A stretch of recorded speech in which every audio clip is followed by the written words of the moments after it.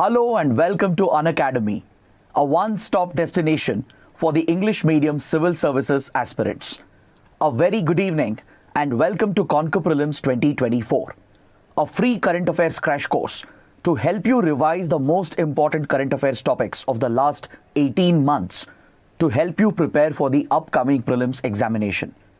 Today is session number 3 of International Relations, where we are going to discuss the most important current affairs developments from international relations over the last 18 months. So the idea is to ensure that this crash course becomes a one-stop destination for you to revise and prepare for the upcoming examination. If you guys are benefiting from this initiative, do support us with your likes, your comments, and without fail, subscribe to our channel. So before we start the session, we have a very important announcement. Till yesterday, you might remember that Unacademy was providing a one-time discount on our IAS courses, where the courses were made available at just 25,000 rupees in order to ensure that the classes are affordable for all the aspirants. Following the Unacademy Manzil event, where we felicitated our 2023 toppers, Unacademy came out with this offer, and usually the courses are priced upwards of 70,000. But the prices were brought down to just 25,000 to make the classes affordable for everyone. Yesterday was the last date for the offer, because yesterday our new online batch for the English classroom program has started. But however, we received a lot of requests from many students and aspirants asking for an extension on the discount period. They would like to avail the offer, and they wanted to ensure that they would join this batch which has just started. So based on this popular demand, the management has agreed to extend the offer by few more days till the 11th of May. So you have few more days left to avail this program at just 25,000 rupees. The same is available for Hindi and bilingual classes as well. After 11th May, the course price will go upwards of 60,000 and above. So if you wish to enroll for the English classroom program which has just started, please avail this discount offer, which is a one-time offer. With this, let's get started with the analysis of the current affairs topics of the last 18 months. Let's begin with question number 1. Consider the following statements. Go through the statements carefully. I'll read the statements for you as well, and will give you some time so that a poll can be launched. And I want all of you to participate in the live poll which will be conducted. Let's make the session interactive and engaging, and stay with me till the end of the session. We will not only cover a number of topics and important MCQs, but at the end I'll take your questions and doubts as well. So let's look at statement number 1. India has been hosting the Goa Maritime Conclave every year since 2005. At the Goa Maritime Conclave 2023, that was held last year, navies of all the UN member states participated. And third statement says its primary objective is to promote the sharing of naval and shipbuilding technology from developed countries to developing countries. How many of the given statements are correct? The poll is live. Let's see how many of you can answer this correctly. If you have been reading newspapers, you would have come across this event called Goa Maritime Conclave, which is hosted by India. So you need to know the basic details about this topic in order to answer any such related question. So let's see how many of you can get this right. Go through the statements again. I'll give you a few more seconds and then give me the right answer.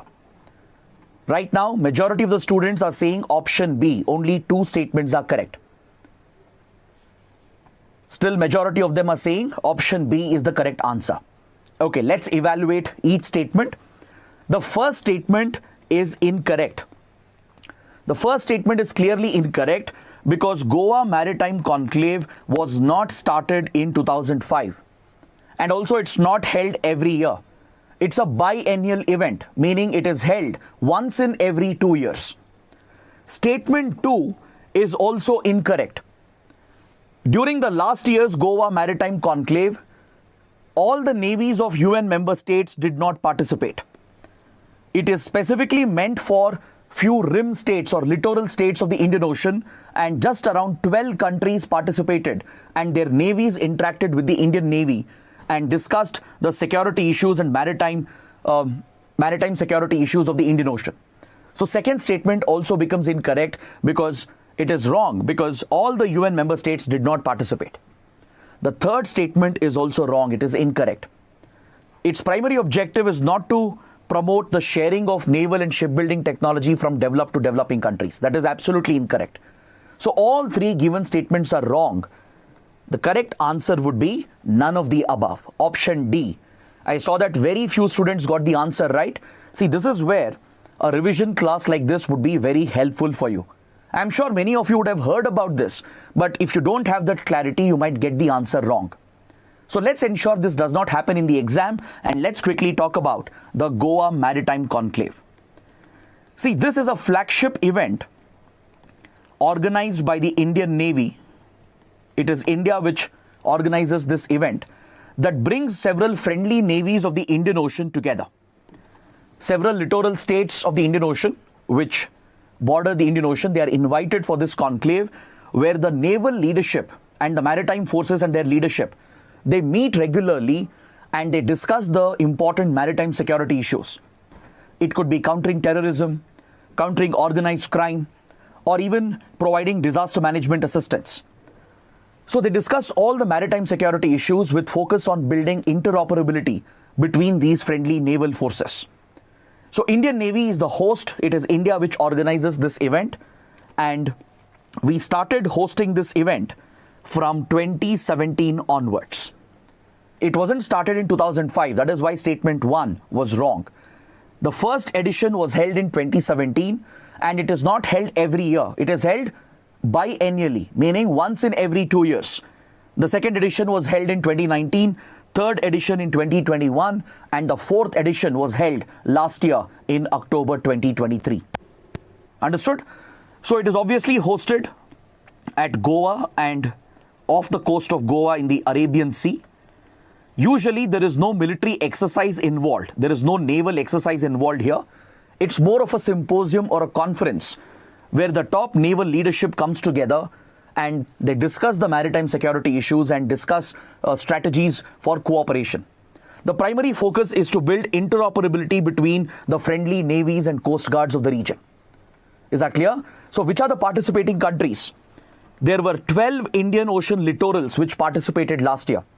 It included Bangladesh, Comoros from western part of Indian Ocean near Africa, Indonesia from Southeast Asia, Madagascar, again from Western Indian Ocean, Malaysia, Maldives, Mauritius, Myanmar as well, Seychelles, Singapore, Sri Lanka and Thailand. These were the 12 friendly countries that were invited, and their naval forces interacted with the leadership of the Indian Navy. Is that clear? So there is no transfer of technology as such. There is no assistance given in shipbuilding or naval technology. In fact, there are no developed countries participating in this. It's only few littorals of Indian Ocean which are close to India which are invited, and they discuss the important maritime security issues to find regional solutions for the security problems affecting the Indian Ocean. So that is the purpose of Goa Maritime Conclave. It might be a small topic, but trust me, it's very important given the priority that we assign to the Indian Ocean. Such initiatives are also in line with the Sagar doctrine of Prime Minister Modi. Sagar stands for security and growth for all countries in the region.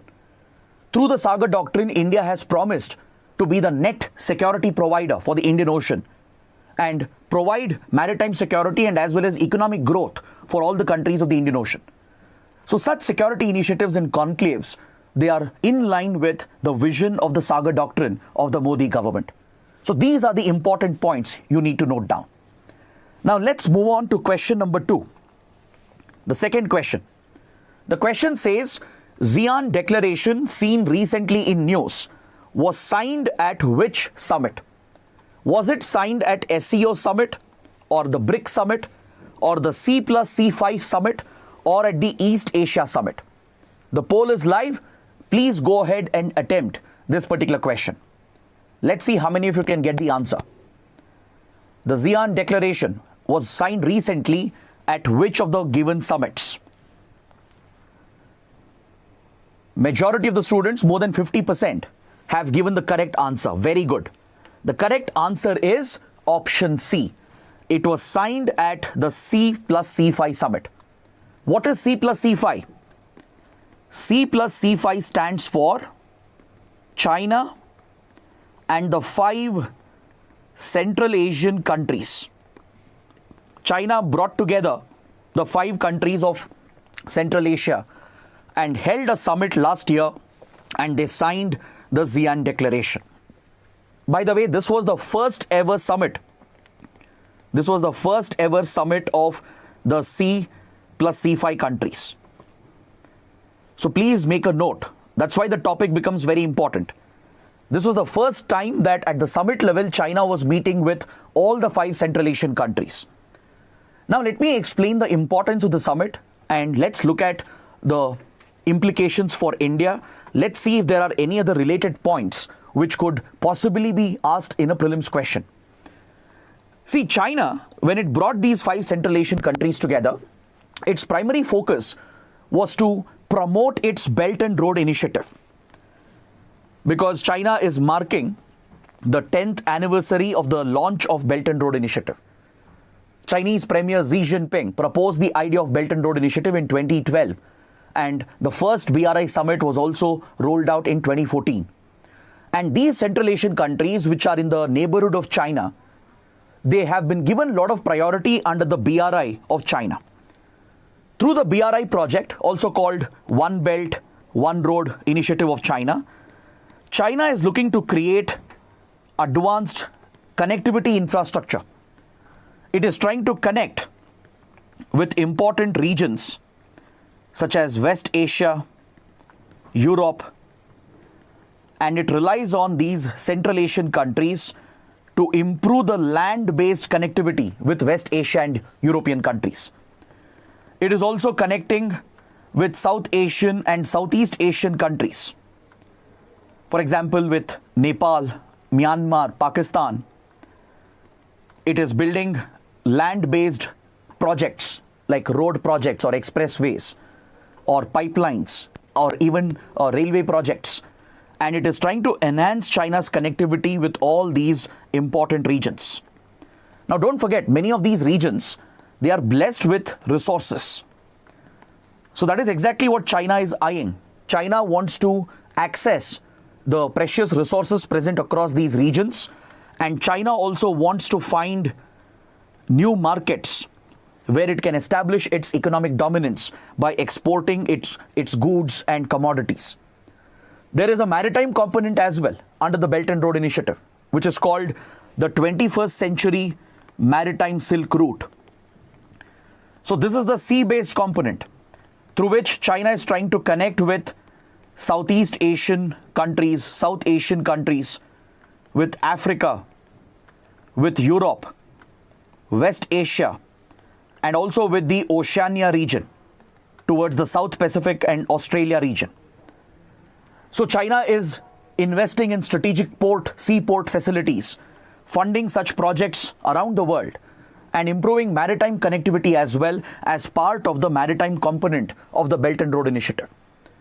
So it's a very comprehensive infrastructure development program of China, where China is providing concessional loans, providing technical support, and carrying out the construction as well of these vital projects. So Central Asia lies at the very heart of China's Belt and Road program. Central Asia would be crucial for connecting with West Asia and European markets, and that is why China gives utmost priority for these Central Asian countries. So it brought these 5 Central Asian countries together at the C plus C5 summit, and it interacted with Kazakhstan, Kyrgyzstan, Tajikistan, Uzbekistan, and Turkmenistan as well. It has promoted the Belt and Road Initiative further. It has rolled out some new projects as well, promised new investments to these countries, and it has also announced a cultural Silk Road program. The idea is to revive the ancient Silk Route that connected China with Central Asia and rest of the world, and to promote the cultural ties, the historical ties, and people-to-people relations in order to further the soft power influence of China. Now, the reason why China is so interested in Central Asia is because Central Asia is blessed with resources. It's one of the resource-rich regions of the world. Many analysts, they say that almost every element on your periodic table is found in Central Asian countries. There are precious minerals and metals, from gold to copper to nickel, cobalt, zinc, molybdenum, manganese. All such important mineral ores are present. Even critical minerals and few rare earth elements and as well as uranium is found in some of the countries. Like for example, Kazakhstan is blessed with uranium reserves. That is the reason why India also is very interested to connect with Central Asian countries. In fact, our policy towards Central Asia is called Connect Central Asia. Because India has very good equations with all the Central Asian powers. These Central Asian countries that you see here in the map, they were formerly part of the Soviet Union before 1991 during the Cold War period. So this region essentially broke up when Soviet Union disintegrated and these 5 Central Asian countries were born. So it is bound by Russia, which is the most influential power in the region. It is bound by the East European countries, including Georgia and other countries present here. It's bound by the Caspian Sea, Iran, Afghanistan and Pakistan and China. So this is where Central Asia is located. So such a resource-rich region would obviously attract the attention of the regional and global powers. Russia is naturally influential here because of its Soviet connection, but China has really stepped up its presence and influence through such infrastructure projects and investments. So China wants to further embrace these Central Asian countries, and that is the reason why the C+C5 summit was organized. India is also not far behind. For India, the only challenge is the lack of connectivity. If you look at the map, we don't have direct connectivity with Central Asia because Pakistan has illegally occupied this part of Jammu and Kashmir, which we call as Pakistan occupied Kashmir. If not for this, India would have had a direct border with Afghanistan near the Wakhan corridor, which is a narrow land corridor in the Hindu Kush mountains. If you look at our official maps, or if you look at India yearbook, for example, right, India says that we have a boundary with Afghanistan, which is around 100 kilometers, which connects India with Wakhan corridor near the Hindu Kush mountain range. And from here, we could have connected with Central Asia, with Tajikistan and Uzbekistan. But unfortunately, on the ground, this connectivity doesn't exist because the Gilgit-Baltistan region and the parts of Kashmir has been illegally occupied by Pakistan since 1947, thereby denying access to India. Pakistan would never give us transit access. It would never allow us to connect with Afghanistan or Central Asia. So that is why India is pursuing alternate routes to link with Central Asia, and that is the reason why our policy towards these countries is also called Connect Central Asia. So we have built the Chabahar port in Iran, which we were discussing yesterday as well. And through the Chabahar port, India's idea is to connect with Afghanistan, where India has built a highway, the Zaranj-Dilaram highway, which connects with Kabul. And from here, we can extend this highway towards Central Asia. In 2017, we even signed a trilateral agreement with Iran and Afghanistan to establish this trade corridor through the Chabahar port. But unfortunately for India, Afghanistan has been taken over by Taliban in 2021. As of now, we don't have relations with the Taliban regime. We are talking to Taliban. We are trying to negotiate with Taliban, but as of now, we don't have official diplomatic ties with the Taliban regime. So India's connectivity with Central Asia and the utility of these projects that we have already executed in Iran and Afghanistan, it will entirely depend on the relations that is going to develop between India and the Taliban regime in Afghanistan. So these are some key points that you should be familiar with, because based on this, a prelims question can be designed by UPSC. Now let's move on to question number 3. Please read the question. There are 4 statements given. The question is related to UNESCO.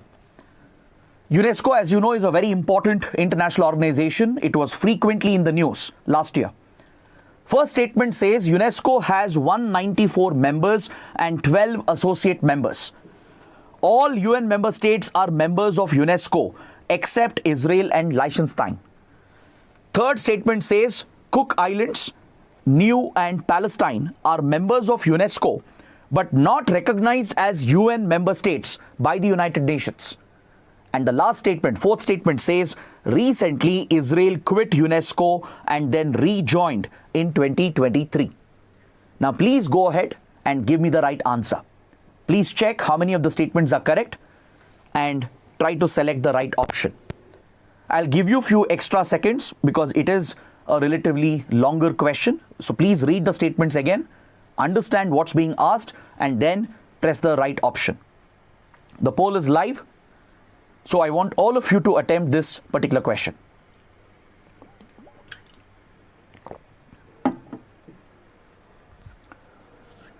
Around 47% of the students are saying option C is the correct answer. Only 3. Okay, let's check the statements and then let's see whether this is the correct answer or not. Statement 1 is absolutely correct. UNESCO has 194 members and 12 associate members. Statement 2 is also correct. All UN member states which are officially recognized as sovereign nations by the UN, they are members of UNESCO except for Israel and Liechtenstein. This is also a correct statement. Statement 3 is also correct. There are 3 territories which are not recognized as countries, so they don't have UN membership. They are not member states according to the UN.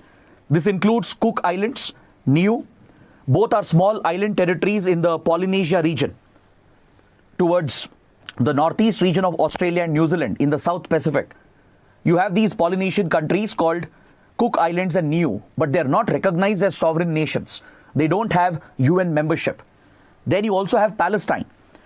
So they have membership of UNESCO. UNESCO has admitted them as member states. But at the United Nations, at the main UN agency, they do not have membership. They are not seen as nation states. So this statement is also correct. The last statement, however, is incorrect. It's not Israel which has rejoined UNESCO last year.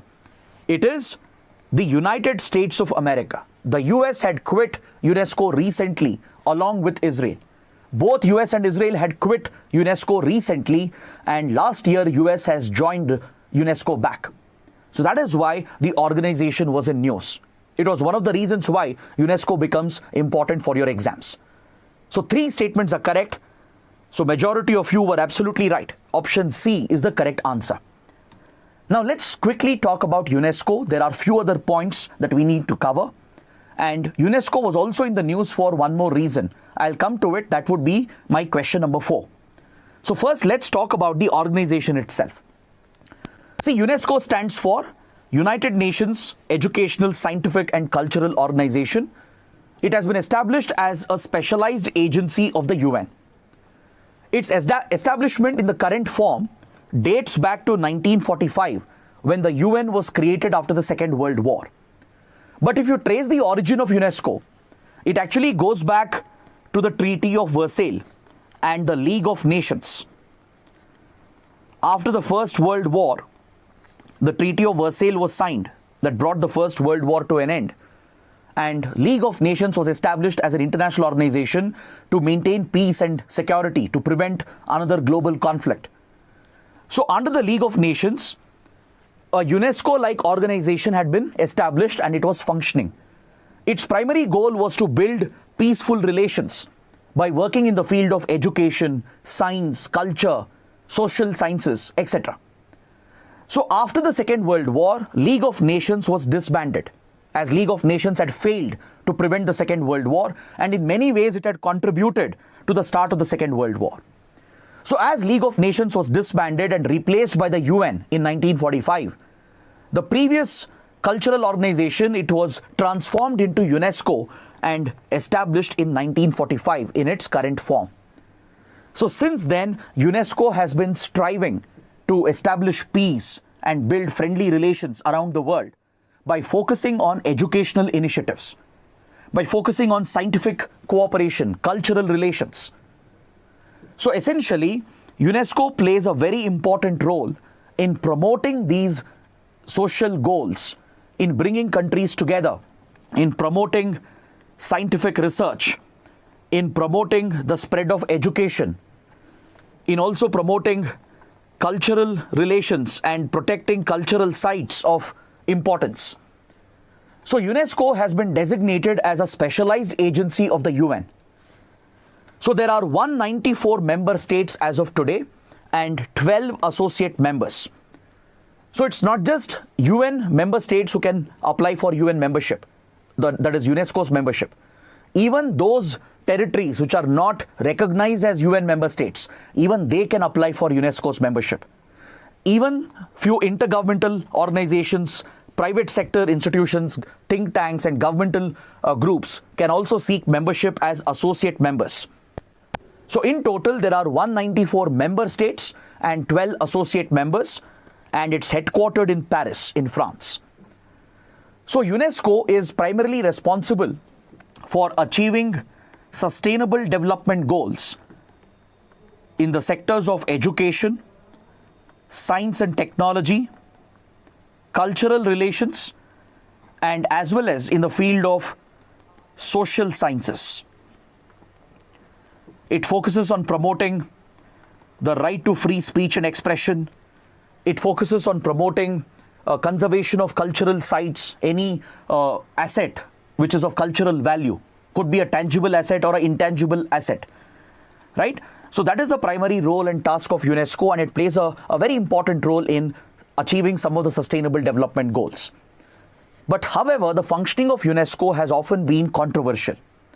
It's often been accused that UNESCO functions in a biased manner.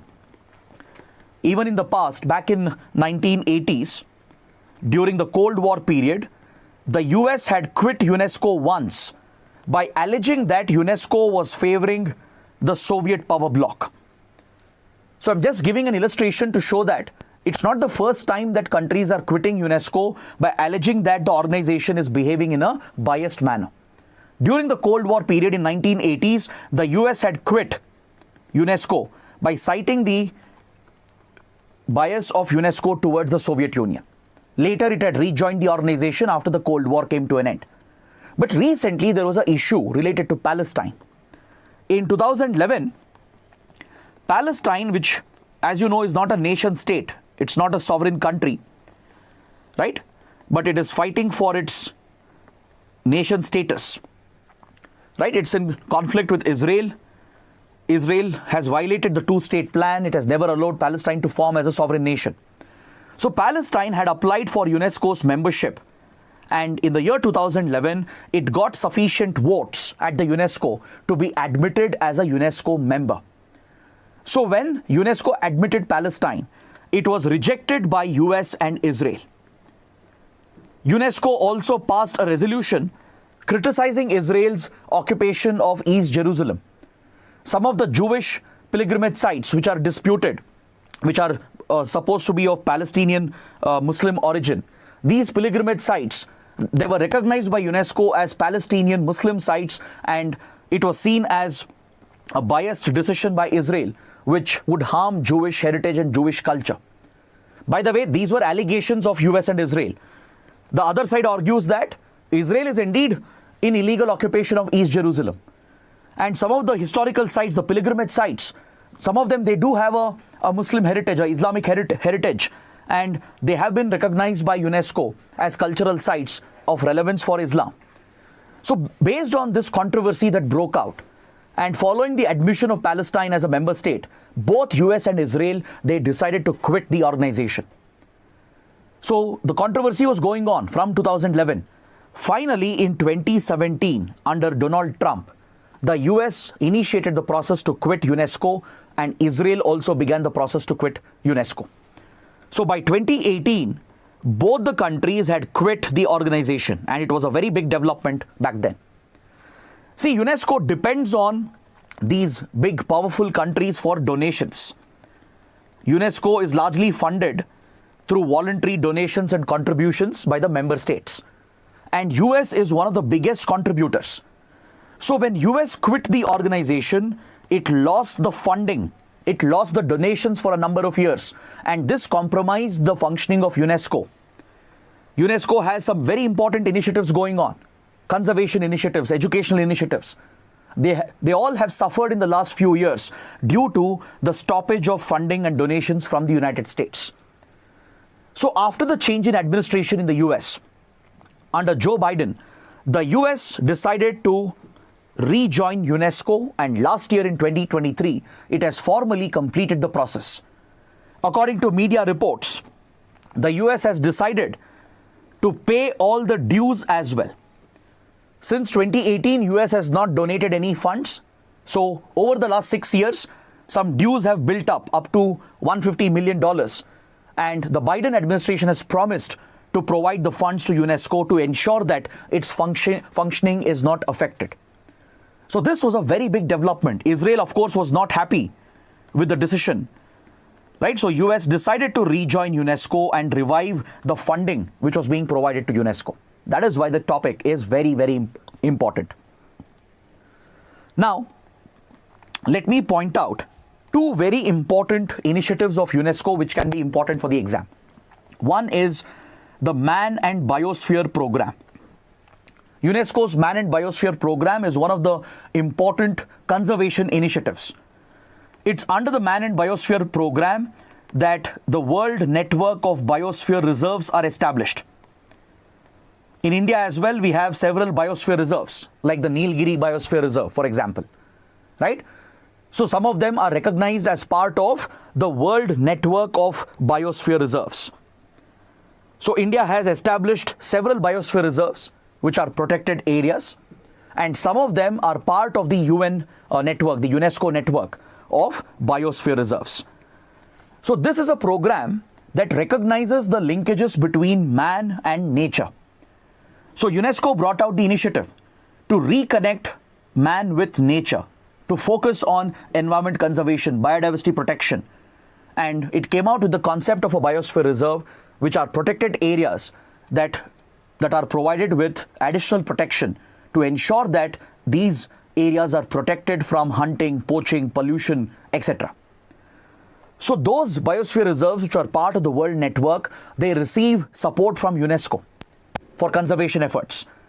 You can get funding from UNESCO, you can get technical assistance. Other countries which are doing well in conservation of biosphere reserves, they can share the best practices with other countries. So this is one of the most important programs of UNESCO, and India is very much part of it. There are several biosphere reserves in India which are part of the world network of biosphere reserves under the Man and Biosphere Program.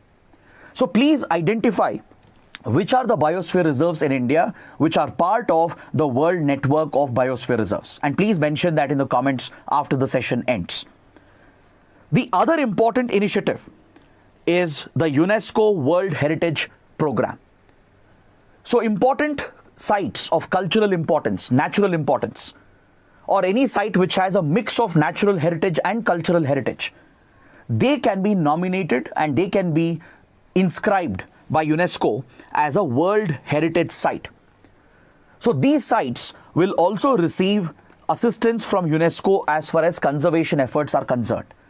So it could be a cultural site, a cultural monument, for example, or it could be a natural site, or it could be a mixed site as well, which has cultural and natural heritage. So in these three categories, important sites, locations, monuments, they are nominated and inscribed under the list, under the program. So these UNESCO World Heritage Sites will also receive funds for conservation efforts, for protection of these sites and monuments, and UNESCO provides technical support, assistance and expertise as well. Is that clear?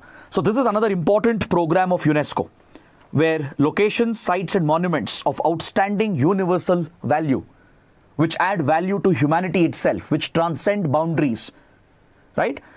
So they are recognized under the World Heritage Program. So coming to UNESCO World Heritage Program, there was a recent development related to India. I'm sure all of you know that there are many World Heritage Sites in India, but last year in 2023, a few World Heritage Sites were added. Maybe one or few sites were added. So that is exactly my next question. This is also the reason why UNESCO becomes very important. That's why I'm spending some extra time on UNESCO, because there were two big developments related to UNESCO and there can be a question on any of these points that we have discussed. So take up this question. Which cultural sites from India were added to the UNESCO World Heritage List in 2023? Was it Rani Ki Vav, sacred ensembles of the Hoysalas, Dholavira, Santiniketan? Select the correct answer from the code given below. Let's see how many of you can answer this. This should be pretty straightforward. You can provide a quick answer and then I'll provide the explanation as well. Many students are saying option C is correct. All right, let's evaluate one by one. Rani Ki Vav, can you tell me it's located in which state? In which state is Rani Ki Vav located? It's a very historical site, a site of cultural importance, right? Also called the Queen's Step Well. So in which state is Rani Ki Vav located? Very good, Gujarat. So this was recognized as a UNESCO World Heritage Site and inscribed in the year 2014, not in 2023. So you can rule out the first one. The sacred ensembles of the Hoysalas. Where is it located? Which state? Be quick, let's make it interactive. In which state can you find the sacred ensembles of the Hoysalas? Very good. Tina Sharma has given the right answer, Karnataka. Hoysala architecture is specific to Karnataka, right? Important Hoysala sites, temples at Belur, Halebeedu, which are located in the Hassan district of Karnataka, and also the historic Somnathpur temple near Mysore in Karnataka. These temple complexes, which are known for the rich Hoysala architecture style, they were collectively recognized last year by UNESCO and they were inscribed on the World Heritage List. Second one is correct. Next, Dholavira. Where is Dholavira located? In which state can you find Dholavira? I can give you a clue. It's a Harappan site. The cultural value attached to Dholavira is that it's a very important cultural site of civilizational importance. Very good. Even Dholavira is in Gujarat, right? It's a Harappan site. So when was Dholavira inscribed on the World Heritage List? In which year? Someone had given the right answer. Very good. It was in 2021, not in 2023. So you can rule out Dholavira as well. Then finally, Santiniketan. I think this goes without any explanation. Many of you would know where Santiniketan is located. It's in West Bengal. And coincidentally, yesterday was the birth anniversary of India's most popular poet and Nobel laureate, Rabindranath Tagore. So to recognize the contribution of Vishwabharati University, the contribution of Santiniketan, the works of Rabindranath Tagore, Santiniketan was also inscribed on UNESCO World Heritage List last year in 2023. So 2 and 4. Majority of you gave the right answer. Very good. Option C is the right answer. Now, please look at the sacred ensembles of the Hoysalas, right? These are the majestic temples built under Hoysala architecture. Then you can also see Santiniketan, right? These are the two sites that were inscribed onto the UNESCO World Heritage List. Now let's look at question number 5. I see that some of them are saying today is the birthday of Rabindranath Tagore. It's actually May 7th. Yes, there is a confusion whether it's 8th or 7th. It's actually May 7th. So let's look at the next question. Please read the statements. Combined Maritime Forces is the world's largest multinational naval partnership. It was established to counter Chinese aggression in South China Sea. It is led by USA and India has joined as a member. The poll is live. Let's see how many of you can give the right answer. All of you, please attempt the question. This is another important topic which was in news last year. In fact, even recently, just a few days ago, Combined Maritime Forces was again in the news. In the month of April, there were 2 important news articles referring to Combined Maritime Forces and the role of the Indian Navy. So the topic is very important. Almost 50% are saying option B is correct. Okay, let's evaluate the statements. The first statement is definitely correct. CMF, Combined Maritime Forces, is indeed the world's largest multinational naval partnership. Second statement is wrong. It's incorrect. Its primary focus is not South China Sea or Chinese aggression. What's the primary focus of Combined Maritime Forces? The primary focus is the Red Sea, the Persian Gulf, and also the Arabian Sea and the region around it. So essentially, West Asia is the priority for Combined Maritime Forces. That is where it is headquartered. It is a US-led military initiative, and is India a member or not? Yes or no? It is led by the US, that's correct. But is India a member of CMF or not? Yes or no? Some of them are saying no. Most of them are saying yes. Again, majority are correct. India is a member of Combined Maritime Forces. In 2022, we initially joined as an associate member. But very quickly, we elevated the status and we have become a full-time member of Combined Maritime Forces. In the last few months, Indian Navy is proactively taking part in the military exercises and operations being conducted by the Combined Maritime Forces. So statement 1 and 3 are correct. The right answer would be option B. Only 2 statements are correct. Now let's quickly talk about this topic. The Combined Maritime Forces is headquartered in Bering, in the small West Asian country of Bering, in the capital Manama, which is located in the strategic Persian Gulf. This is where the Combined Maritime Forces is headquartered. The reason why it has been established here is because across the West Asia region, there are multiple choke points that can cripple shipping. The Hormuz Strait, for example. You can look at the map here. The Hormuz Strait over here. This is your Persian Gulf. Right? This is where the small country of Bahrain is located.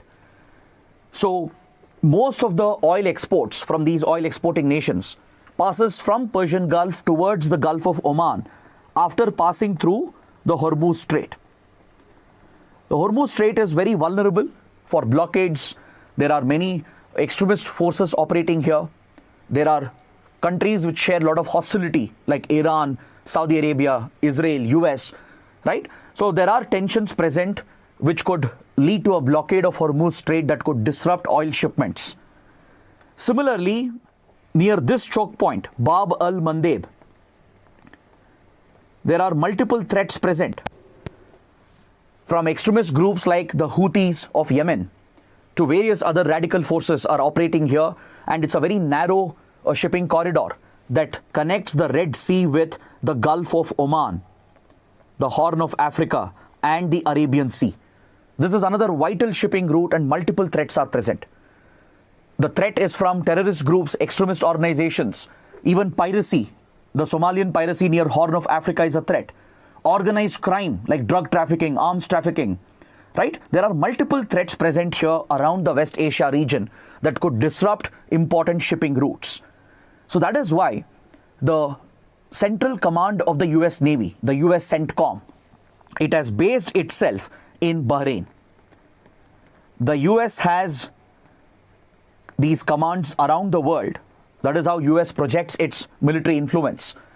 So in Bahrain, the US CENTCOM or Central Command is headquartered over here, where the 5th Naval Fleet is stationed.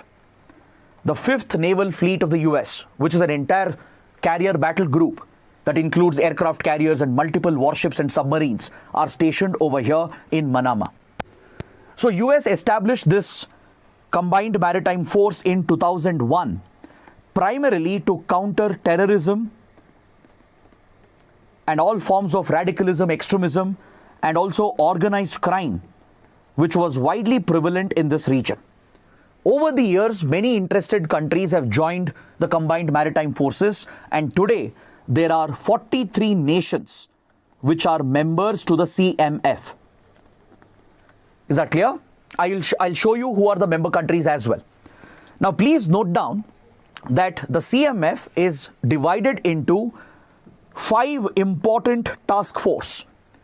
You have CTF, Combined Task Force 150, 151, and so on up till 154. Each combined task force has a special area of expertise and focus. For example, CTF 150 focuses on Gulf of Oman and the rest of Indian Ocean. Any threats over here, any terrorist threat, criminal threat or pirate threat, it's handled by Combined Task Force 150. Then there is a specialist force for counter piracy, particularly to target Somalian piracy, which is CTF 151. Another task force for the Arabian Gulf region, the Persian Gulf region, a task force for Red Sea and Gulf of Aden, and a separate task force for maritime training, for maritime security training. So India, which has joined the CMF as a full-time member, has been proactively participating in these missions and operations. The Indian Navy has already taken part in some of these task force. Recently in April, Indian Navy played a very important role in disrupting drug trafficking in the region. Narcotics were being smuggled and it was disrupted by the Indian Navy as part of a CMF operation. So this combined maritime force is led by the US Navy. The commander who heads this command, this combined force, is from the US Navy, and UK takes the secondary role, and there are many interested countries in the region and beyond which are part of the combined maritime forces. So these countries focus on maritime awareness, they focus on maritime interdiction, enforcing the maritime law, maintaining the rules-based order, enforcing international law, and sharing the expertise and cooperating with each other. That is the primary purpose of the CMF, and this makes it the largest multinational naval partnership. So please note down some of the important powers which are part of the CMF. As you can see, India is one of them. It has several allies of the US, from Pakistan to European powers to Australia, Japan. They're all part of it. So there are many interested countries, even Brazil, Southeast Asian powers, West Asian powers like United Arab Emirates, Saudi Arabia, Qatar. They're all part of this important multilateral naval partnership. It helps in maintaining stability and dealing with the security threats in the region. The topic is very important. I'm stressing on it because recently the Houthis have really targeted commercial shipping. They have posed a very credible threat for commercial shipping through the Red Sea and through the Arabian Sea. So US is proactively involved here in dealing with the threats. US and UK have even launched strikes into Yemen to target Houthi bases. Indian Navy has been involved, not in targeting Houthis, but in targeting piracy, in also dealing with organized crime. And we are actively working with these friendly navies to stabilize this important region. Now, do you know what is the code name given by the US to the operation it has launched to target the Houthis? After the Houthi rebels started targeting commercial ships following the Gaza war to express solidarity with Palestinians and Hamas, US and UK retaliated against the Houthis by launching direct attacks. So for this purpose, US has launched a military operation. What is it called? Very good. It is Operation Prosperity Guardian. Operation Prosperity Guardian. Is India part of it? Has India joined Operation Prosperity Guardian? Yes or no? Has India joined Operation Prosperity Guardian? Yes or no? Very good. The answer is no. India rejected the offer. The US invited India, but India said no. Because see, combined maritime forces, it largely operates on a voluntary basis. So India has no problem in being part of combined maritime forces because it's not a military club. It's not a military alliance. I hope you know that India never joins any military clubs or military alliances. Understood? Because we follow an independent foreign policy. Our foreign policy is based on the principle of strategic autonomy. The reason why India became a member of CMF is because It plays a stabilizing role in the region and your participation is voluntary. There is no force on a country, on a member to contribute. Even though US heads the combined maritime forces, it's a very voluntary organization focused on stabilizing the whole region. It serves the interests of every country, so India has no problem. So it's not exactly a military club or a military alliance. But however, Operation Prosperity Guardian clearly had a geopolitical angle to it.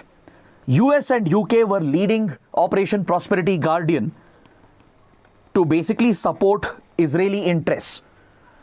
So if India were to join Operation Prosperity Guardian, that could compromise our balanced position on the Israel-Palestine conflict, right? Plus, it could push India into a military club, a military alliance, which we have never done. Not just India, even the allies of US like France, Spain, Italy, even they were not comfortable with Operation Prosperity Guardian as it was led by the US and US would be leading the military operation. So France, Spain and Italy also, they quit. They did not join Prosperity Guardian. India as well chose not to join. So being aware of all these developments is very important.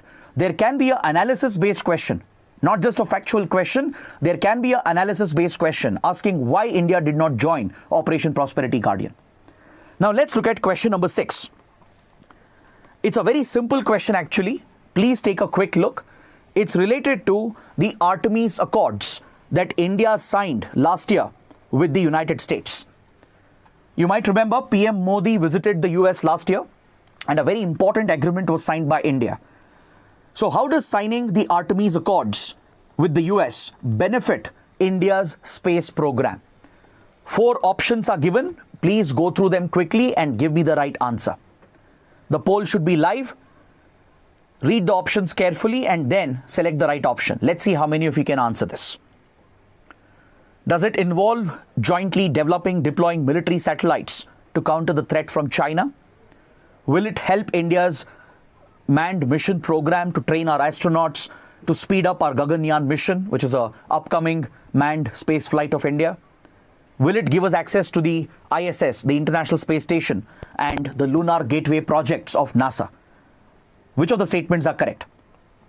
Almost 82% have confidently said option B is the right answer. Very good.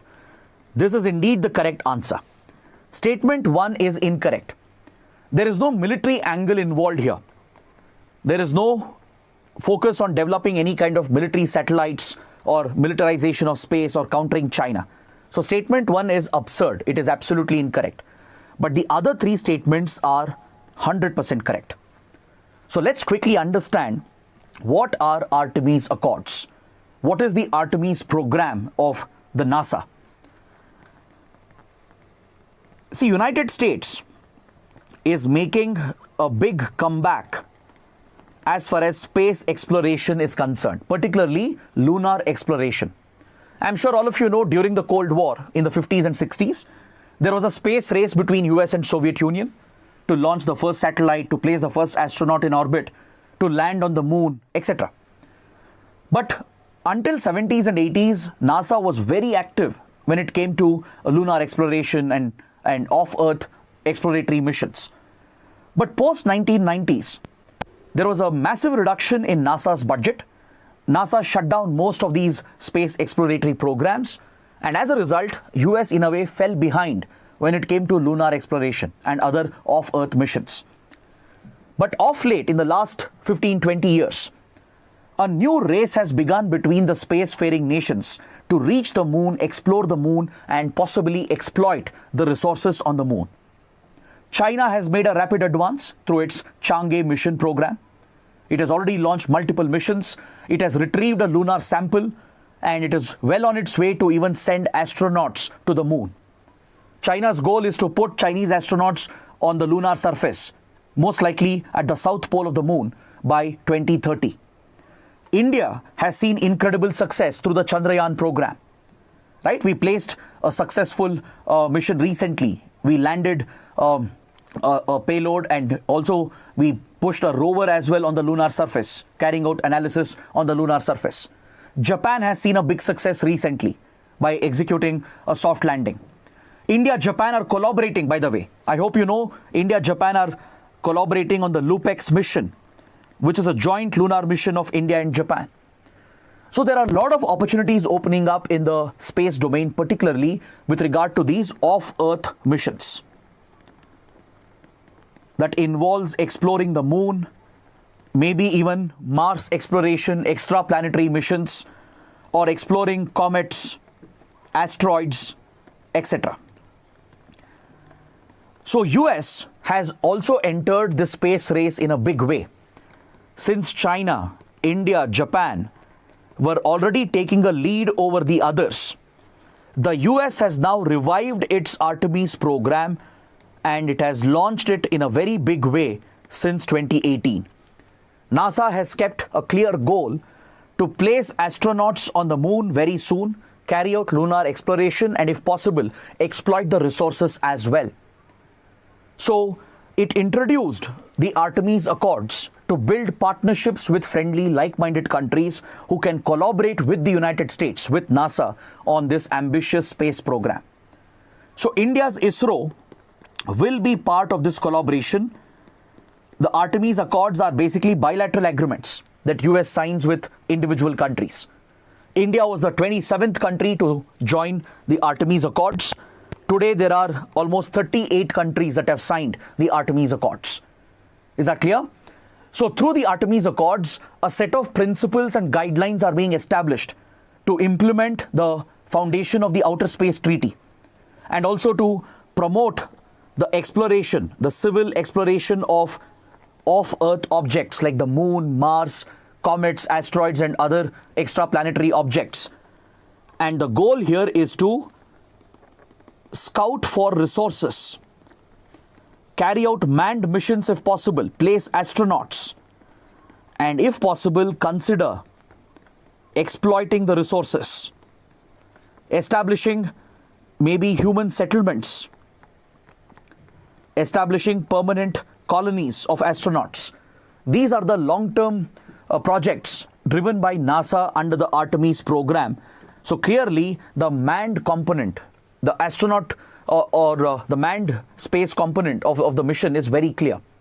So this is where India finds a common ground with US, because even India is preparing for its upcoming manned mission, the Gaganyaan mission. Right now we're getting support from Russia with regard to astronaut training. We are working with France as well with regard to space medicine and other assistance for the Gaganyaan mission. But US could be of great help for India to train the astronauts and to prepare for the first manned space flight of India. Right? So collaborating with Artemis program was natural for ISRO. And also, NASA has these ambitious projects lined up, such as the Lunar Gateway.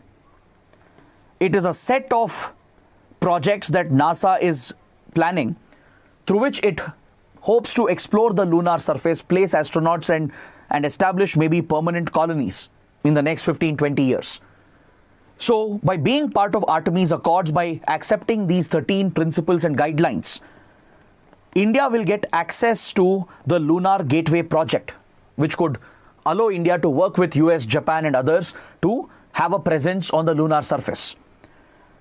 It could potentially give us access to the International Space Station. Maybe Indian astronauts could book a slot on the ISS.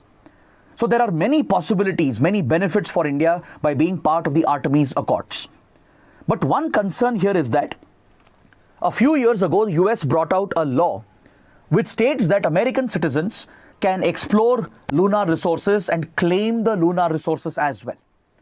The concern here is the US is trying to exert its sovereignty over space resources.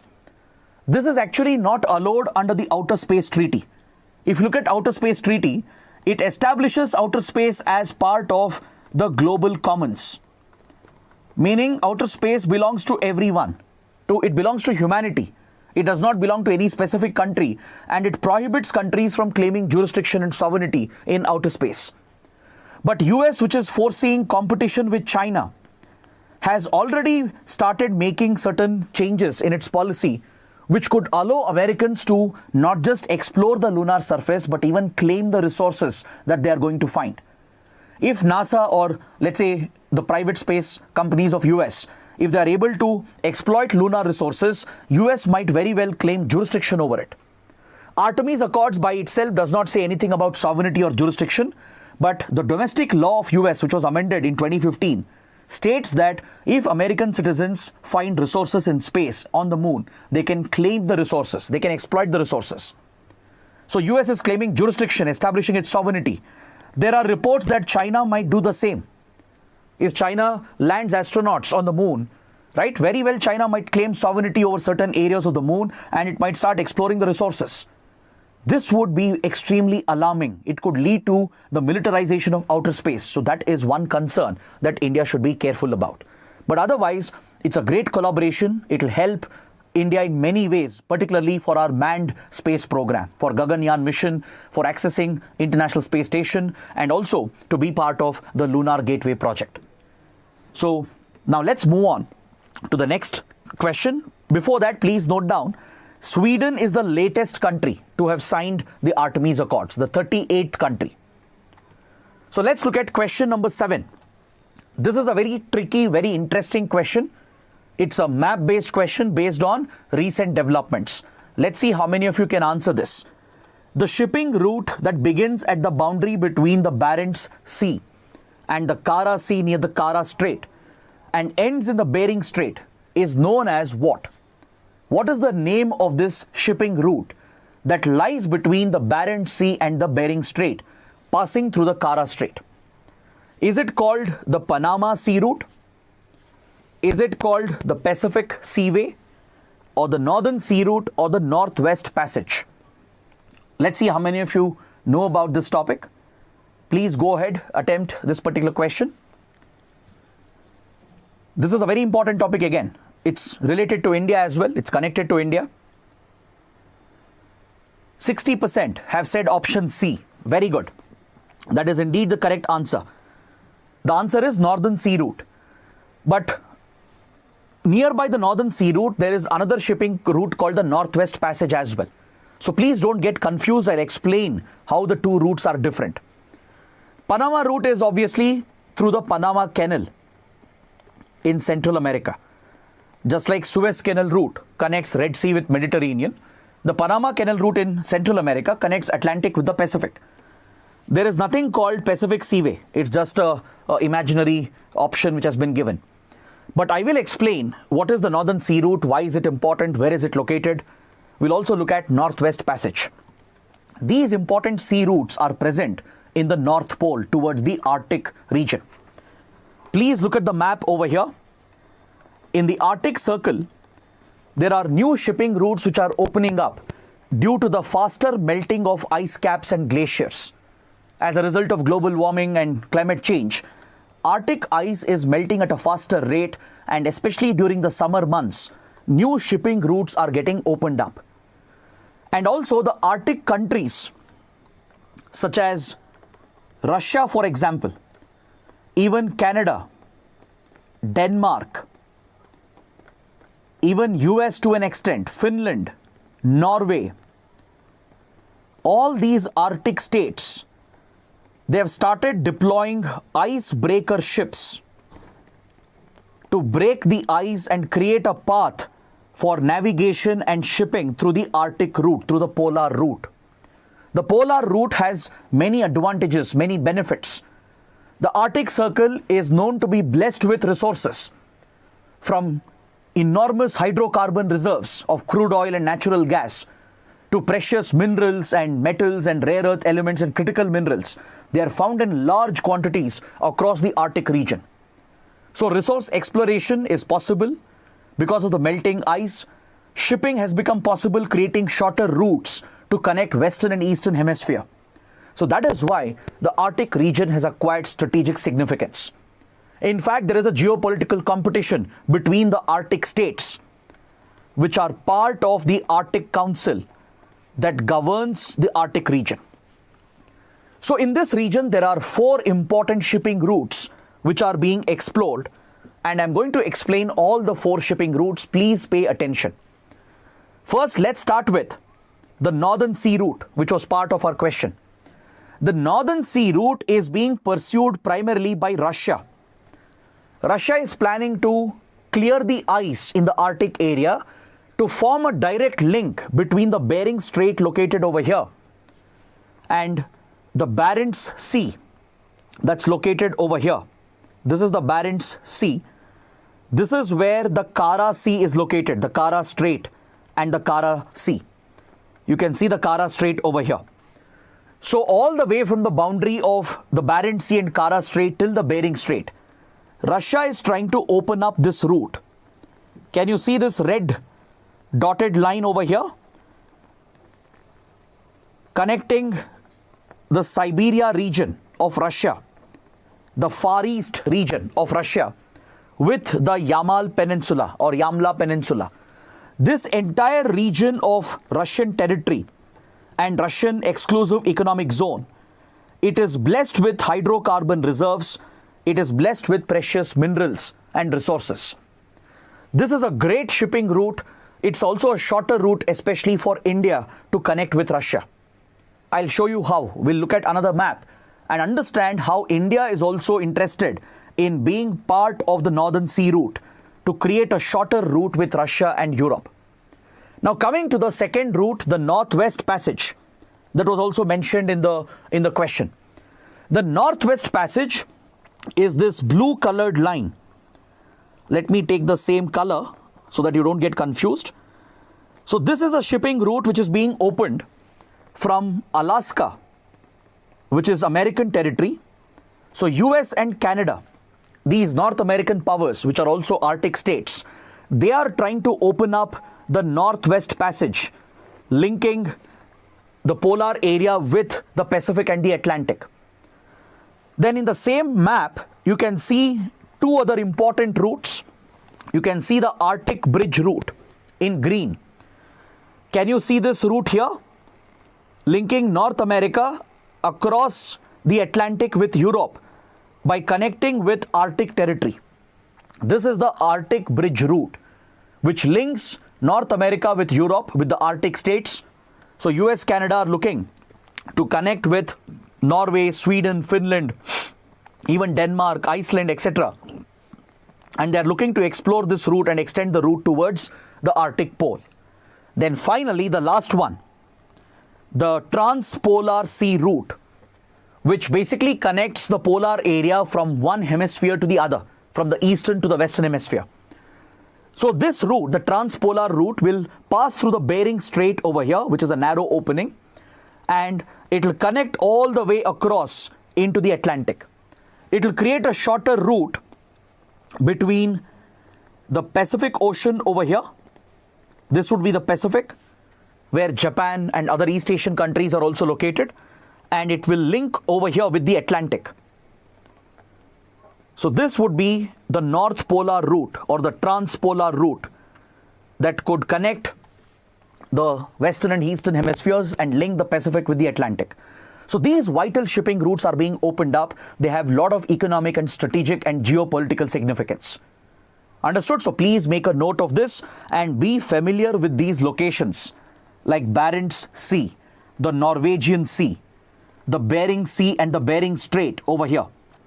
Bering Strait divides Alaska territory of US with the Siberia region of Russia. All right. Then Kara Strait and Kara Sea is located over here. This is the Kara Strait. This is the Kara Sea, which belongs to Russia. So all these locations are very important. Now coming to the relevance of this topic for India. See, India has decent relations with Russia. When I say decent, I'm talking about the trade, economic relations. In the last 2 years, oil trade has really picked up. India has become the biggest buyer of Russian oil, which is discounted because of the Western sanctions. And India's economic activities at the Murmansk port has increased significantly. Can you see this location here in Arctic Russia? The Murmansk port, it's a very important seaport present near the Barents Sea. This is the Barents Sea. This is Kara Sea and Kara Strait. So right next to them, you have the Murmansk port where there is lot of activity related to India. Lot of cargo headed towards India operates from here. It is shipped from here. Right now, the ships take a longer route around the Atlantic. They pass across Europe, enter the Mediterranean through the Gibraltar Strait, and pass through the Suez Canal, reach the Red Sea, and then cross Bab el-Mandeb to reach Arabian Sea. This is a longer circuitous route which takes anywhere between 3 to 4 weeks of transit time. The time is higher, the cost involved is higher. It's not a very efficient way to trade between India and Europe and India and Russia especially. That is why a shorter route is being explored. If the Northern Sea route becomes operational here, from the Barents Sea and Kara Sea towards the Bering Strait over here, this is the Bering Strait, this will be a much shorter route to connect with India from the eastern side. Is that clear? So this will become a shorter route. So through the Malacca Strait, we can link with South China Sea, then access East China Sea and reach North Pacific, and then further connect with Bering Strait and connect with the Northern Sea route. This route will reduce the travel time by 2 weeks almost 14 to 16 days of reduction, which speeds up the transportation time. It reduces the transportation cost and makes trade more efficient between India and Russia. Plus, India can collaborate with Russia to play a role in the Arctic and compete with others, including China, for Arctic resources. Can you see the Yamal Peninsula here, near the Kara Sea and the Barents Sea? This region is rich with oil and gas reserves. Also in East Siberian Sea, you can see the fisheries, the hydrocarbon resources present. So India-Russia can collaborate because India already has investments in the Far East region of Russia. We have invested almost $1 billion plus of loans, and concessional funding has been provided by India.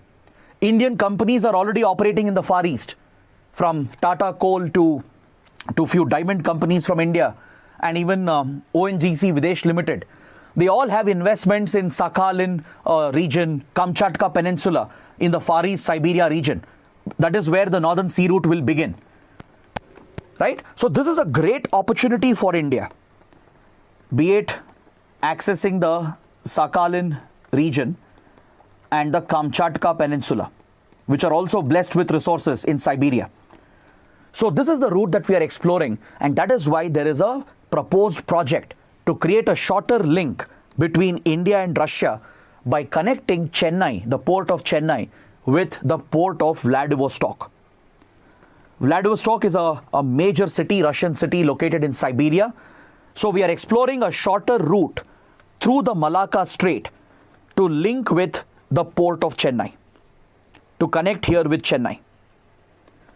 This travel corridor, this maritime corridor which you can see, it will reduce the travel distance significantly, reduce the travel time significantly, and thus it will offer enormous economic benefits to both India and Russia. It will reduce our dependency on the Red Sea, on Bab el-Mandeb, which is very vulnerable. Let's say Houthis are attacking the route, or there is a blockade at Bab el-Mandeb or Suez Canal. We can still access European markets through the Chennai-Vladivostok route and by further connecting here with Northern Sea route. We can reach St. Petersburg, the Murmansk port, trade with Russia easily, and further send the shipments to Europe through the Arctic region. Is that clear? So that is the strategic significance of the route. It's a very important topic because it was frequently in the news over the last 1 year. Because Russia launched nuclear-powered icebreaker ships. It's using nuclear-powered ships to break the ice. And there were reports about climate change accelerating the melting of ice caps. So that is why the topic becomes important, because the shipping routes are opening up. Now let's come to question number 8. Recently, India-Sri Lanka restarted passenger ferry services between which two regions? Please go ahead and try to attempt this question.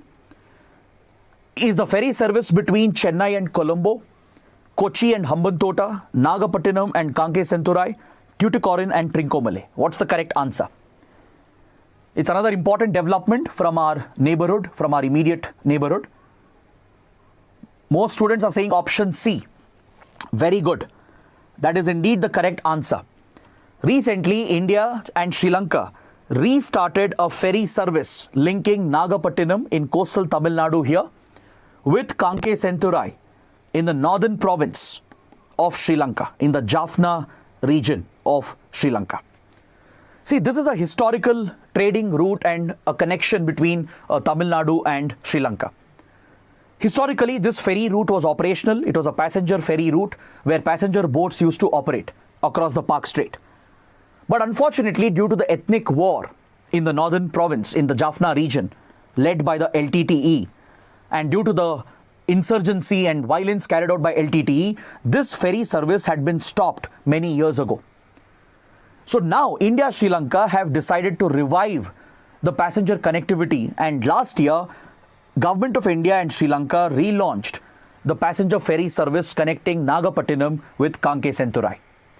So this passenger ferry route, it has great potential. It will not only help in improving trade, it will help the fishermen, it will help the Tamil community to connect and interact. It will promote cultural ties, promote people-to-people relations. It can boost pilgrimage-based tourism. Because in Tamil Nadu, there are several pilgrimage sites that the Hindu Tamil minority in Sri Lanka would like to visit. Then Indians also would like to visit several Hindu and Buddhist pilgrimage sites in Sri Lanka. So the Nagapattinam Kanke route has great economic potential. It can bring the two countries closer and build better cultural ties and people-to-people relations. There is a proposal to establish other routes as well, such as the route between Rameshwaram and Talaimanar. This is a proposal. Very soon, India-Sri Lanka might activate this route as well, and also Karaikal to Kanke. So these are the other important passenger ferry routes which India-Sri Lanka are considering. See, we had a train cum ferry route called the Chennai-Colombo route, popularly known as the Boat Mail Express or Indo-Ceylon Express. Since colonial times, this route was operating through the Thoothukudi port. Essentially, from Chennai to Dhanushkodi, you would travel by train. Then you will change to a coal-powered steam ferry that would take you across Dhanushkodi to transfer you to Talaimanar in Jaffna. So this historical route was called Indo-Ceylon Express or the Boat Mail Express. But following the start of the Civil War, the route had been stopped. All these connectivities had been brought to an end. So now we are attempting to restart them following the establishment of peace in Sri Lanka. Also, India's ties with Sri Lanka has improved. India has given a lot of assistance to Sri Lanka to support its economy during crisis. And the first passenger ferry service has been restarted, and there is a proposal to start similar routes. So that is why the topic is very, very important. Now let's look at question number 9. It's again related to India's neighborhood and immediate neighborhood. So please look at this question. It's also linked with our approach towards renewable energy and climate change. So I feel this is another important topic. Consider the following. India has recently considered trading electricity with Southeast Asian countries through Myanmar and Thailand. So please check whether this statement is correct or wrong. India already exports power to Bangladesh, Nepal and Bhutan. India has proposed the interlinking of power grids of South Asia, Southeast Asia, West Asia, Africa and Europe under the One Sun, One World, One Grid initiative. How many of the given statements are correct? Take a few seconds and provide the right answer.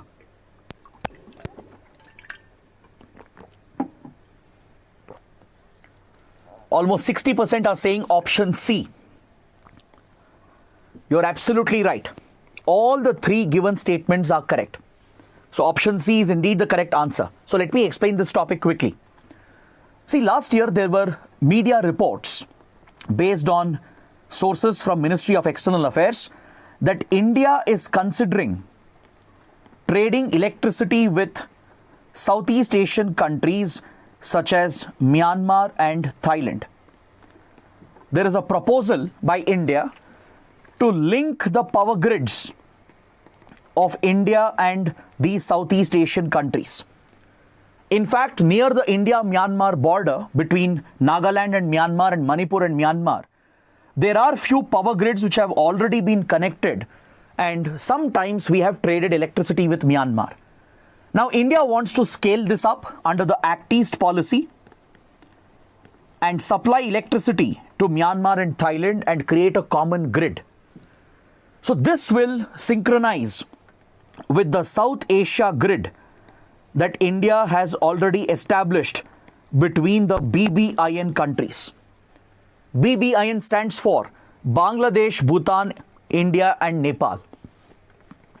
See, BBIN countries, they are considering a motor vehicles agreement as well to create land connectivity. But Bhutan has quit the initiative largely on environmental grounds. It doesn't want to be a part of the motor vehicles arrangement because that could lead to pollution, environmental pollution in Bhutan. So Bhutan has opted out of the BBIN corridor. But I'm not talking about the BBIN corridor. I'm talking about the power trading arrangement between the BBIN countries. See, India has invested heavily in Bhutan's hydroelectric sector. India has successfully funded and constructed several hydropower plants, and today Bhutan is generating surplus electricity. So India has connected its power grids with Bhutan, and we are buying the surplus and re-exporting this to the deficit countries of Nepal and Bangladesh. So Nepal also has great hydroelectric potential, but Nepal has not been able to exploit its hydropower potential and it faces a deficit. Same with Bangladesh as well, it faces an energy deficit. India also faces a deficit. So we take the surplus from Bhutan, India consumes part of it, and we re-export this to Nepal and Bangladesh. And essentially, India has created this South Asia power grid between the BBIN countries. So going forward, India's focus is on renewable energy, clean forms of energy coming from sources like solar, wind, etc. We want to connect these power grids in South Asia with the other regions like Southeast Asia, for example. We want to extend this grid, the South Asian BBIN grid. There are talks with Sri Lanka as well to bring Sri Lanka on board and make it a part of the South Asian power grid and extend the grid all around the region to link with Southeast Asia, West Asia, Africa and Indian Ocean. This is the ambitious plan that India has, and we want to extend this towards the European power grids as well. This is a commitment the Modi government has made under an initiative called One Sun, One World, One Grid initiative. It was proposed by the Modi government at the Climate Change Convention, and United Kingdom also had a similar initiative called the Green Grids Initiative. The UK had a similar initiative of connecting renewable energy power grids. So in 2021, during the Glasgow summit of the UN framework on climate change, India and UK agreed to merge the projects. So India's One Sun, One World, One Grid has merged with Green Grids Initiative of UK.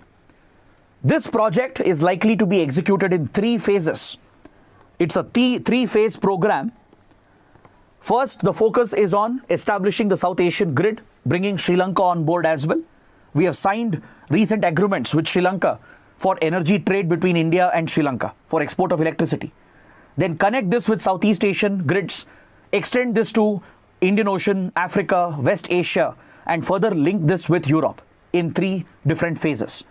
So the idea is to explore the solar potential, and the organization playing a role is the International Solar Alliance, which is also an Indian initiative. The International Solar Alliance was launched by India during the Paris Climate Change Summit in 2015 when the Paris Agreement was adopted. So India has been pioneering the International Solar Alliance to focus on renewable forms of energy, especially solar energy.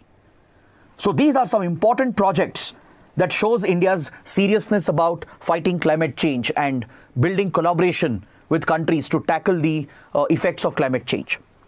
Let's look at question number 10. Consider the following statements. This question is related to SCO, the Shanghai Cooperation Organization, which is a very important regional grouping. Statement 1 says India hosted the SCO summit last year. Iran, Belarus and Turkey have joined SCO as full-time members. The RATS or RATS, Regional Anti-Terrorist Structure, is a permanent body under SCO which promotes counter-terror cooperation and conducts military exercises amongst the members. How many of the statements are correct? The poll is live. Please go ahead and try to provide the right answer. Let's see how many of you can get this right. Almost 75% are saying option B. Only 2 statements are correct. So let's evaluate the statements. Statement 1 is definitely correct. India did host the SCO summit last year. We not only hosted the G20, we also hosted the SCO summit. Second statement is wrong. Iran has been admitted, it has joined SCO as well. Belarus has received approval from all the members. It has started the joining process. It is yet to become a full-time member. So Belarus very soon will become a full-time member, but as of now, it hasn't become a full-time member. Turkey is still a dialogue partner. It hasn't been invited to join SCO as a member. So that is where the statement goes wrong. Belarus as of now is not a full-time member. Its membership has been approved, but the joining process is still pending. Iran has recently joined as a full-time member, but Turkey has not received any such offer. So statement 2 is wrong. Statement 3 is absolutely correct. Under SCO, there is a permanent body called RATS, Regional Anti-Terrorist Structure. It mainly focuses on counter-terrorism. It brings the SCO member countries together to share intelligence, to cooperate with each other in the field of counter-terrorism, to tackle extremism and radicalism across the region. It even conducts counter-terror military exercises, and India participates in them as well. So statement 3 is absolutely correct. So option B is the right answer. Only 2 given statements are correct. Now, to talk about SCO, this grouping, it's one of the most important political, military, economic groupings of the region.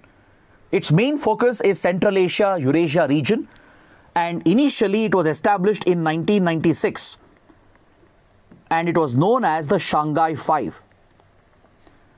It was led by China and Russia and 3 Central Asian countries, that is Kazakhstan, along with Russia, Kyrgyzstan, and Tajikistan, along with China.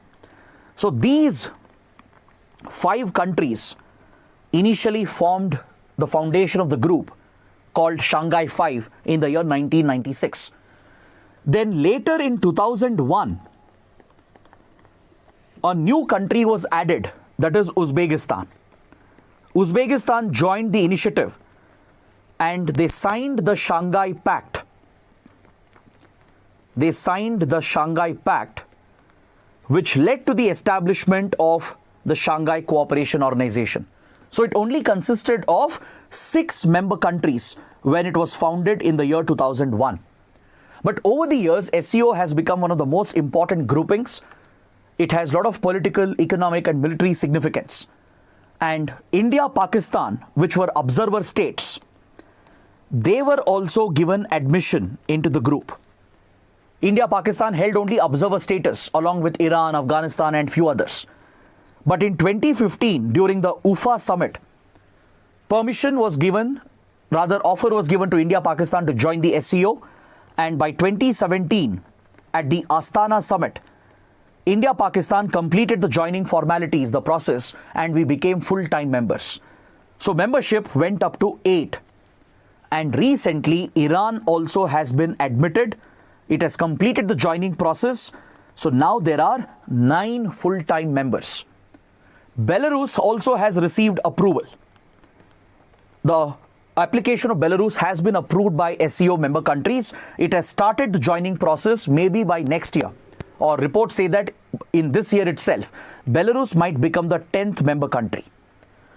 So SCO focuses on regional cooperation to build closer relations, to solve regional problems like the security problem in Afghanistan, to stabilize Afghanistan, to promote connectivity, economic relations, cultural relations, etc. So SCO has grown in its profile. It's become one of the most prominent groupings. And there are many, many countries from across the region which are interested to be a part of SCO. So these are the countries which have been given the dialogue partner status. From Sri Lanka to Turkey to Saudi Arabia, Qatar, UAE, Bahrain, Egypt, Cambodia. So all these major countries, even Nepal, right, all of them, they have been given the dialogue partner status, and Mongolia and Afghanistan, they have the observer status. So the representation clearly shows the importance of SCO as a group. So RATS is one of the most important platforms under it to counter terrorism. It even conducts a counter-terrorism military exercise, and India participates in it. So that is what you need to know about SCO. Let's look at question number 11. Very interesting question, a little tricky as well. India has recently established rupee-based trade settlement with which country? Is it Iran, Bangladesh, Sri Lanka, United Arab Emirates? Please read carefully. It's asking recently, which means it has to be in the last few months. So recently, India has established rupee-based trade settlement with which of the following countries? What's the right answer? Think carefully, think about the recent developments. You should be able to get the right answer. Most students are saying C or D. Let me give you the right answer here. See, Iran is not correct. We did establish rupee-based trading system with Iran, but that was many years ago. That was in 2009, 2010. So recently, we haven't set up any such rupee-based settlement with Iran. It's not Bangladesh either. There is a proposal, but we haven't established any such rupee-based settlement system. But with Sri Lanka and United Arab Emirates, recently the Modi government has made a huge progress. Both the countries have recognized the need for local currency settlement. Using our local currencies, for example, Indian rupee and the dirham of UAE. So using the INR AED settlement, we are bypassing the US dollar. And this has many benefits for both India and UAE. Sri Lanka also has designated the Indian rupee as a foreign designated currency, which allows for direct settlement of trade. For example, Indian tourists can carry Indian rupees and use it for transactions in Sri Lanka. The system has just been made operational. Same with UAE. Investors, traders who are exporting and importing between these countries, tourists and the Indian community present here, they can start settling the transactions in rupee to dirham transactions. This will reduce our dependency on the dollar system. This will reduce the transaction charges, the transaction costs. We can integrate our digital payment interfaces like UPI. India recently has signed all these agreements. That's why I'm asking this question. India is integrating the UPI with the digital payment interface of UAE. We are extending UPI to Sri Lanka as well. So 3 and 4 are correct. Option D is the right answer.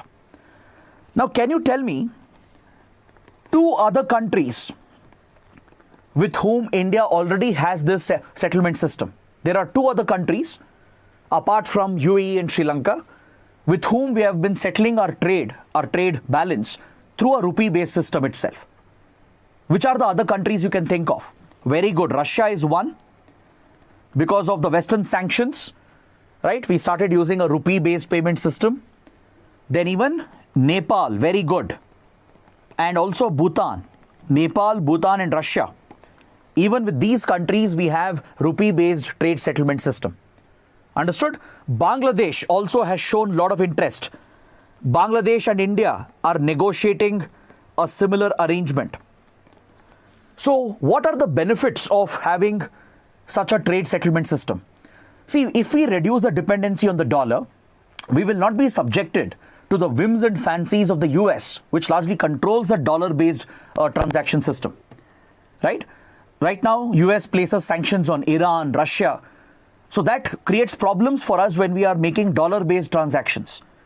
So if we have alternate currencies, local currency systems through which we can settle the trade balance, then we need not depend on these reserve currencies and we can bypass the dollar system entirely. It could lead to the de-dollarization of the global economy. Then more importantly, it will bring down the transaction cost. It will reduce the transaction charges as the banks and institutions involved, the middlemen, reduces. You are settling the trade balance directly between our institutions. That will reduce the transaction fee, the commission which is levied. It will provide better exchange rate. And more importantly, it will benefit our importers, exporters who are involved in trading with these countries. It will benefit the investors. It will also benefit the tourists and the Indian community. If you look at United Arab Emirates, we have a huge diaspora population, almost 3.5 million Indians. So they are sending remittances back home to India. So if there is a INR AED settlement system, they will save a lot of money on foreign exchange markup, on commission charges, and they can send more money to their families in India. So this is beneficial for all these stakeholders, and that is why the topic is very, very important. So let's look at question number 12. Consider the following statements. We have 3 more questions to go. Please participate in the poll. It's a very simple question actually. You should have just read about the topic. If you have heard about this, read about this topic, you should be able to answer this. India has joined the champions group of the Global Crisis Response Group. The Global Crisis Response Group was set up by UN General Assembly and UN Security Council in 2022. It was created to address urgent critical global issues related to interlinked crises in food security, energy, finance, in order to coordinate a global response. How many of the statements are correct? Some students are saying, I have no idea about this topic. That is the purpose of the crash course, to introduce you to these topics which you may not have come across. I know it's not a very popular topic, right? And that's the reason why you should focus on these topics as well. UPSC might pick a question. So let's see how many of you can get this right. 60% are saying option C, all 3 statements are correct. Statement 1 is definitely correct. The reason why the topic is in news is because last year, India joined the champion group of countries as part of the Global Crisis Response Group. But statement 2 is incorrect. It was not established by UN General Assembly and UN Security Council. It was established by the UN Secretary General, who heads the UN Secretariat. That is where the statement goes wrong. It was established in 2022. The year is correct. But it was set up by the Office of the UN Secretary General, who heads the UN Secretariat, not by General Assembly or the Security Council. Third statement is definitely correct. The purpose of the group is to coordinate a global response to deal with important crisis situations, dealing with food security, energy and finance. So there could be small poor countries, developing nations which might face problems with regard to food security, energy insecurity, or with regard to financial problems. So they will not have the ability to withstand these global shocks. So that is why this Global Crisis Response Group was set up. It is a 32-member grouping. There are 32 member nations, and it is managed by a champion group. A few select countries are part of the champion group that manage the Global Crisis Response Group. Understood? So correct answer would be option B. Only 2 statements are correct. So which are these champion group countries? Please write it down. That is the last point. That is the last point for this question. The champion group of countries which manage the crisis group include Bangladesh, Barbados from Caribbean region, Denmark and Germany from Europe, Indonesia and Senegal from Southeast Asia and Africa, respectively. So India also has been appointed to this elite group, the champion group, that will advise the UN Secretary General and guide the countries during these crisis situations. There could be a food security problem, there could be energy shortage, or there could be a financial problem. So in such crisis situations, this response group, the Global Crisis Response Group, guided by the champion countries, will come out with a coordinated response. It will come out with a solution to help the countries overcome the crisis. So let's look at question number 13. Question number 13 is related to the European Sky Shield Initiative. It has been established based on the initiative started by which country? Was it the initiative of United States to establish the European Sky Shield Initiative? Or was it NATO's initiative? Or was it Germany's initiative or an initiative of European Union? Please go ahead. It's a very straightforward question, very simple. I'll explain the topic quickly. The topic is important. Let's see how many of you can answer this. Almost 42% are saying European Union. That is incorrect. The correct answer is Germany. Please make a note. I can see that this time many students are getting the answers wrong. But don't worry, that is the very purpose of a crash course, to prepare, to revise. So the correct answer here is Germany. So what is the European Sky Shield Initiative? It is basically an air defense initiative. After Russia attacked Ukraine, after Russia started launching missiles towards Ukraine, there was a fear in European region that what if Russia fires ballistic missiles towards other European countries? Russia has some advanced missile systems stationed not just in Russian territory, in mainland Russia, but also in Russian exclaves like Kaliningrad, which is present inside Poland. So Kaliningrad is very close to West Europe and Central Europe. If Russia were to fire ballistic missiles from here, European countries would be exposed. They did not have a solid air defense. So Germany started the initiative. The Chancellor of Germany, Olaf Scholz, proposed the idea of a collective air defense for the European countries, and immediately around 15 European countries signed up for the initiative. So it's an initiative led by Germany. Of course, there is US and NATO involvement. They are helping and assisting, but it's primarily a German-led initiative. United Kingdom is also part of it, and there are many other countries. 15 countries joined it initially. Later, 4 more countries have joined. So totally, there are 19 European countries which are part of this air defense program. So these countries are setting up air defense systems to intercept medium range, long range, and very long range missile systems. They are deploying the Arrow, the Patriot, the THAAD air defense systems, which are well renowned, some of which are of American origin and NATO origin.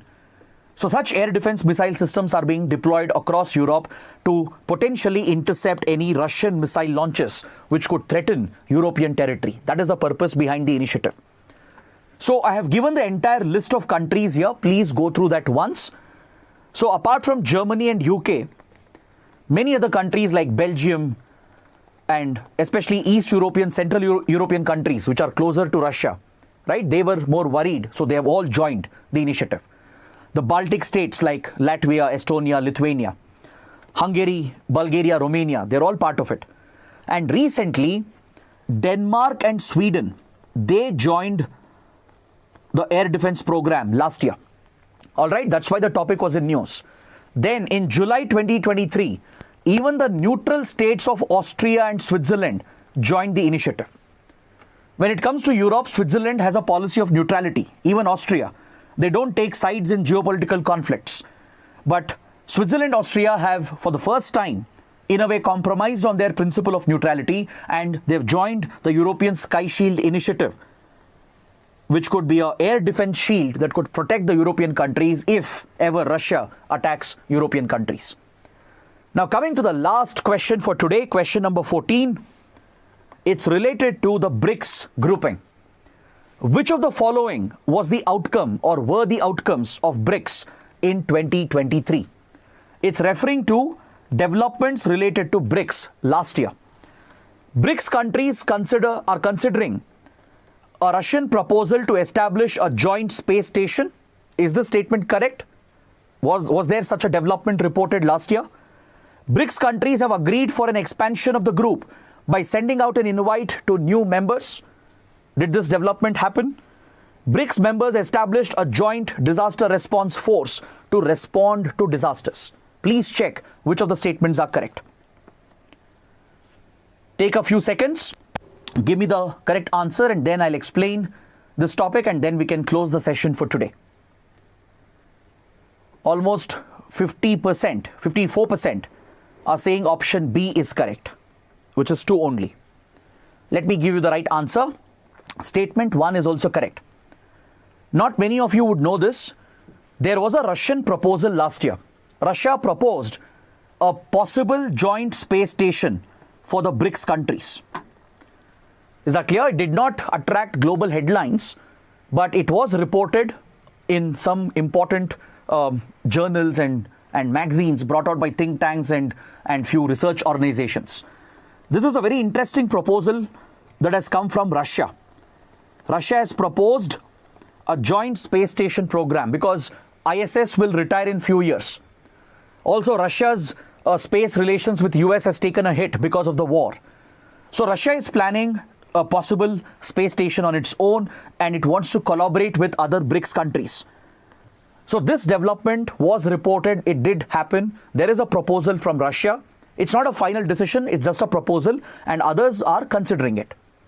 Second one is definitely correct. BRICS saw a major expansion.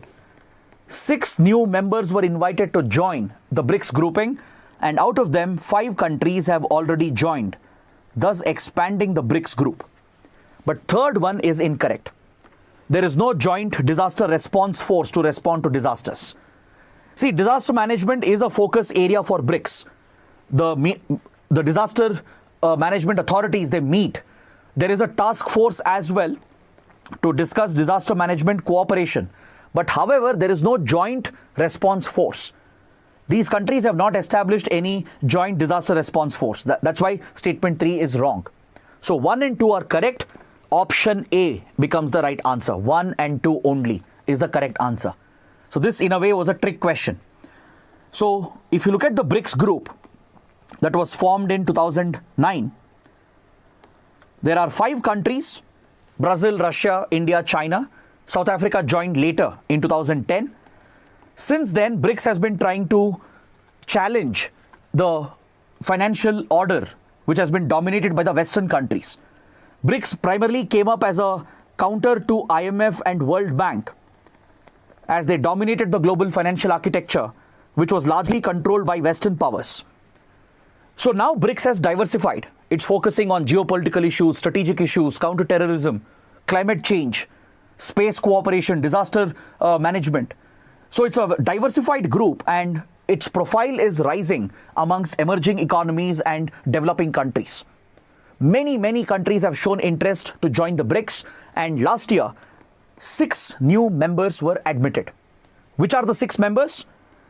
Iran, United Arab Emirates, and Saudi Arabia from West Asia region. Egypt and Ethiopia from Africa, and Argentina from South America. These were the 6 countries which were supposed to join BRICS. But however, only 5 countries have formally joined. Egypt, Ethiopia, Iran, Saudi Arabia, and UAE, they joined BRICS on January 1st, 2024. So which is the country which has not joined? It is Argentina. The reason is Argentina went through elections, and a very controversial leader has been elected, a far right-wing leader from conservative right-wing ideology who rejects such groupings, who is aligned with United States. So this Argentinian leader who was elected recently, he has rejected the BRICS grouping. He has refused the invite. He has rejected the membership, and hence Argentina did not formally join the BRICS. But other 5 countries have joined, so now BRICS has become an expanded group of 10 countries. So that is the last question for today. I hope it was another interesting session. More importantly, I hope it was a helpful session. Now, do let me know quickly if you have any questions, any doubts. Maybe I can take 2 or 3 questions, and after that, we can end the session for today. Any specific particular doubts or questions, please let me know. All right. I think there are no questions.